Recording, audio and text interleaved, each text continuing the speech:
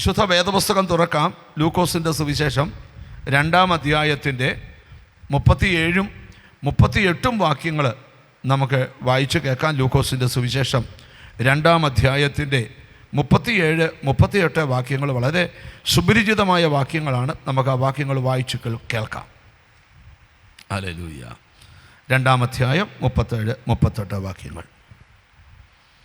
ദൈവത്തിന് സ്തോത്രം. Hallelujah. Asher ഗോത്രത്തിൽ ഹനുവേലിന്റെ മകളായ ഹന്ന എന്നൊരു പ്രവാചകയുണ്ടായിരുന്നു. അവൾ കന്യാകാലത്ത് പിന്നെ ഭർത്താവിനോട് കൂടെ 7 സംവത്സരം കഴിച്ച് 74 സംവത്സരം വിധവയും വളരെ വയസ്സ് എന്നോളുമായി ദൈവാലയം വിട്ടുപിരിയാതെ അവിടെ തൊട്ട് ദൈവാലയം വിട്ടുപിരിയാതെ ഉപവാസത്തോടും പ്രാർത്ഥനയോടും കൂടെ രാവും പകലും ആരാധന ചെയ്തു പോന്നു. 38-ാം വാക്യം കൂടെ. ആ നാഴികയിൽ അവളും അടുത്ത് ചെന്ന് ദൈവത്തെ സ്തുതിച്ചു. യെരുശലേമിന്റെ വീണ്ടെടുപ്പിനെ കാത്തിരുന്ന എല്ലാവരോടും അവനെ കുറിച്ച് പ്രസ്താവിച്ചു. മതി. അനുഗ്രഹീതമായ ഒരു ദൈവവചനത്തിനായിട്ട് ഞാൻ കർത്താവിന് സ്തോത്രം ചെയ്യുകയാണ്. ആൾക്കാർ ഒത്തിരി ശ്രദ്ധിക്കപ്പെടാതെ കിടക്കുന്നൊരു സന്ദേശത്തിലേക്കാണ് നിങ്ങളുടെ ചിന്തകളെയും മനസ്സുകളെയും ഇന്ന് കൊണ്ടുവരാൻ പരിശുദ്ധാത്മാവ് എൻ്റെ ഉള്ളിൽ, എൻ്റെ പ്രാർത്ഥനാ മുറിയിൽ എനിക്ക് നിയോഗം തന്നത്. ദൈവം എനിക്കൊരു ബോധ്യം തന്നിട്ടുണ്ട്.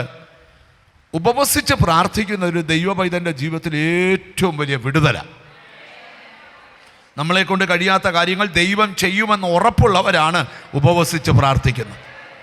ഉപവസിച്ചുകൊണ്ട് ആരും രോഗിയാകത്തില്ല. ഉപവസിച്ചുകൊണ്ട് ആരും തലകറങ്ങി വീഴത്തുമില്ല. സ്തോത്രം. ഉപവസിക്കുമ്പോൾ ലഭിക്കുന്ന ബലം ആത്മീക ബലമാണ്. എത്ര പേരതിന് ആമീൻ പറയും? ഒരു ദൈവവൈദ്യന് ശാരീരിക ബലമുള്ള പോലെ തന്നെ അവൻ എന്തും കൂടെ വേണം, ആത്മീക ബലം കൂടെ വേണം. ചിലർക്ക് ഭയങ്കര ശാരീരിക ബലമാണ് എന്ന് പറഞ്ഞാൽ വലിയ വണ്ണം ഉണ്ടെന്നല്ല. വണ്ണമുള്ളവർക്കൊന്നും ശാരീരിക ബലം ഉണ്ടെന്ന് ചിന്തിക്കരുത്. ഭയങ്കര വണ്ണം, എന്തുകൊണ്ട് എന്തോ ശാരീരിക ബലമാണ്. അതെത്തി അവർക്ക് വലിയ ബലമൊന്നുമില്ല. ചിലർക്ക് കാണത്തില്ലേ 45 കിലോ 50 കിലോ ഇങ്ങനെ വള്ളി പോലും, അവർക്കൊക്കെ ഭയങ്കര ബലമാണ്.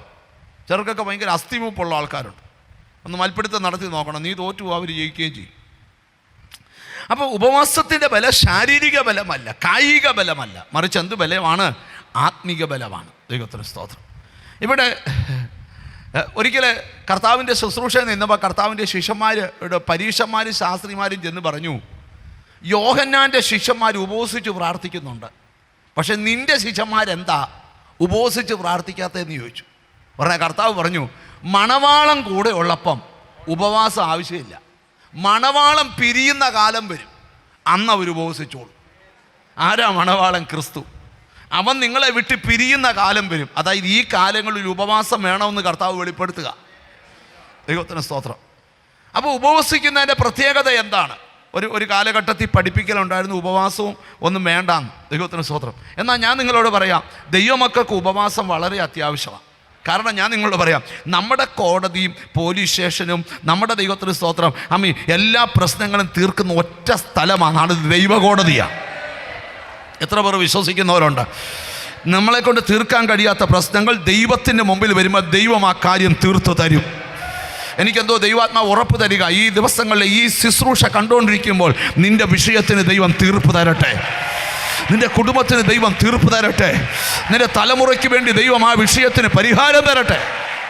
നിങ്ങളെ കൊണ്ട് കഴിയാത്തൊരു പ്രശ്നം വരുമ്പം വേദപുസ്തകം പഠിപ്പിക്കുന്നേ, ഒന്ന് ഉപവസിച്ച് പ്രാർത്ഥിര്. ആ പ്രാർത്ഥന നിന്റെ ലൈഫിൽ ഇതുവരെ ഇല്ലാത്ത ചരിത്രത്തെ ഉണ്ടാക്കിക്കൊണ്ടുവരും. ഇവിടെ ദൈവത്തിന് സ്തോത്രം. ബൈബിൾ പഠിക്കുമ്പം 40 ദിവസം ഉപവസിച്ചെന്ന് ബൈബിളിൽ വാക്യമുണ്ട്. 21 ദിവസം ഉപവസിച്ചെന്ന് ദാനിയേൽ പ്രവചനത്തിലുണ്ട്. എസ്തേറിൻ്റെ പുസ്തകത്തിൽ 3 ദിവസം ഉപവസിച്ചെന്നുണ്ട്. ശൗമേൻ്റെ പുസ്തകത്തിൽ 1 ദിവസം ഉപവസിച്ചെന്നുണ്ട്. ബൈബിളിലെ ഉപവാസത്തിന് തെളിവാ 40 ദിവസം, 21 ദിവസം, പിന്നെ 3 ദിവസം, പിന്നെ 1 ദിവസം. സ്തോത്രം. ഇനി ഞാൻ നിങ്ങളോടൊരു കാര്യം പറയാം. ചില ഉപവാസങ്ങൾ ആഹാരവും വെള്ളവും കുടിക്കാതുള്ള ഉപവാസമുണ്ട്. ദാനിയേലിൻ്റെ ഉപവാസം അങ്ങനെ അല്ലായിരുന്നു. മാംസങ്ങളും സാധുഭോജനങ്ങളും ഭക്ഷിക്കാതായിരുന്നു ഉപവാസം.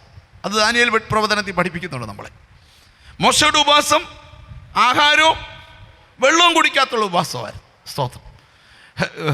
യോനായുടെ പുസ്തകത്തിലെ ഉപവാസത്തിൽ മൃഗങ്ങൾക്ക് പോലും വെള്ളം കൊടുത്തില്ലെന്ന, ആടുകളും പശുക്കളും ഒക്കെ കിടന്ന് അലറിക്കരഞ്ഞെന്ന.